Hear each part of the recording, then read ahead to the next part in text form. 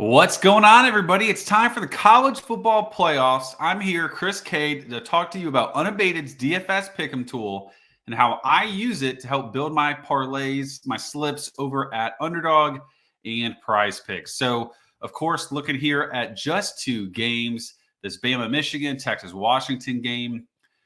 Went in here, selected Underdog on the top right, and really, there's not a lot of edges. What you have to remember here is that these lines have been up for a week, maybe 10 days, maybe 2 weeks. So it's been some time. You're not going to find some insane edge, but I do think there's props out there that are worth taking a look at least a little bit deeper. Just to start, Dylan Johnson here comes in at a massive edge, almost 28%. If you look at it, he's hit this 76.5-yard number on Underdog 6 straight times in 8 of his last 9. He kind of was used sporadically, not so much. And also there were some blowouts early in the season, but we have him 65 to 70% of carries. This one feels like a really nice over. I know that Texas has been strong defensively. They've given up some games for sure. They're not world beaters, but I think there's going to be enough scoring. I think there's going to be enough offense. And I think Dylan Johnson's certainly going to have a nice piece of it. Staying within the same game, Jordan Whittington comes in at an 8.8% edge. I'll click that in there. 8.8% edge here. He's really their fourth option in the passing game. It just depends. Do you feel like they're going to want something quick and easy, these shorter check down type routes? Because that's what Jordan Whittington can do. That's really his game. He's not as a deep threat like a Jatavian Sanders or an Xavier Worthy can be. A.D. Mitchell, touchdown machine. So if you think that they're going to want to push the ball deep, then I certainly would think Whittington under here for 3.5 receptions is a strong play. And then, there's Whittington. I wouldn't do these together. I certainly don't love Jatavian Sanders in a vacuum under 3.5, but can see why this would be a nice or a decent underplay here. If you're really looking for one last one, I wouldn't put it together with Whittington. I almost feel like those two together would, they vulture each other. So I would do one or the other here. Looking at the other side of the field, though, what about Jalen McMillan, Jalen Polk? So these are two guys that really stepped up besides Rome Odunze at receiver for Washington. McMillan was battling injuries all season, essentially. Polk came in. He's always was a solid third receiver for them, but really showed out pretty nicely. Last game against Oregon, we saw Polk took a step back. I think it was Odunze had 14 targets, McMillan 12, and Polk somewhere around 6. So if you think that stands true, then I think both of these can make sense. I think this McMillan over at 5 is really strong. He's a really talented receiver. Gets a little overshadowed by Odunze, how great he is. But I think over 5 is certainly fair. And if you like that one, why not correlate it here with Polk?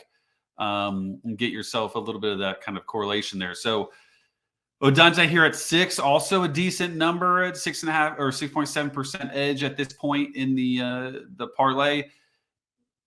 That's a lot of, it is in a sense a lot of targets need to be thrown his way to get to 6. Certainly possible. He's been in double-digit targets. I think something like 5 or 6 straight at the very least.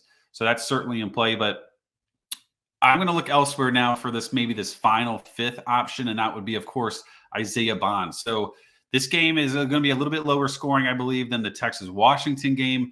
Michigan is going to try to potentially ground and pound, control the clock, keep Alabama off the field, and just really play mistake-free football, which means Alabama's offense probably isn't going to have it as much as they're used to. Isaiah Bond is really kind of that one of the top options through the air, but they have Prentice. They have Jermaine Burton, who's a strong player at a receiver. This 52.5-yard number is pretty high. I like the under here, especially considering the fact that Milroe's number is somewhere around 205. So you're looking at about 25% of yards going to Bond, and that just is a really big number. I would think maybe more of a Burton, Nyblack, and Prentice have a larger piece or as large of a piece as that. So I do like that there to round it all out. But we can take a quick look over here at Prize Picks, and we see essentially the same thing. Dylan Johnson, even stronger at 73.5. Underdog had it at 76.5. So if you especially love that one, make sure you're doing that over at Prize Picks to start.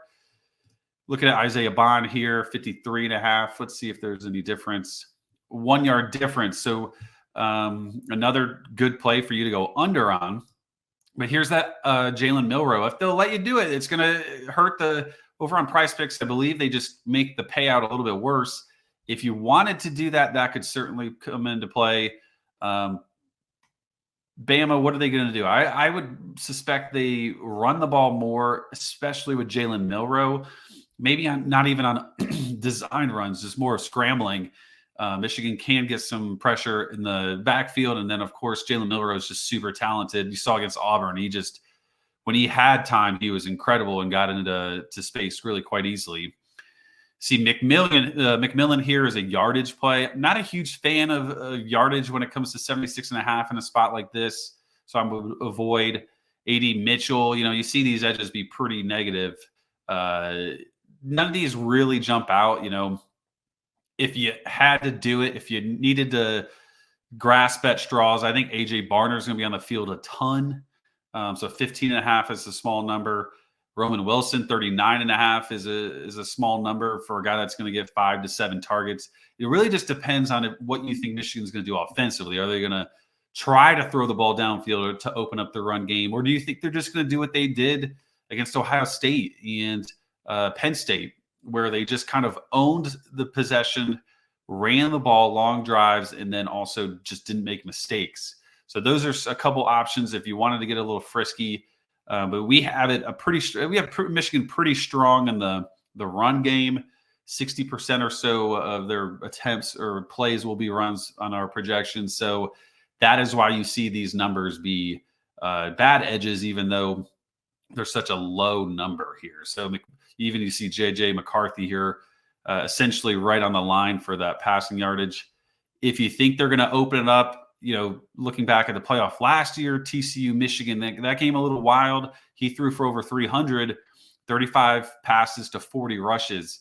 I don't see 75 plays coming into play.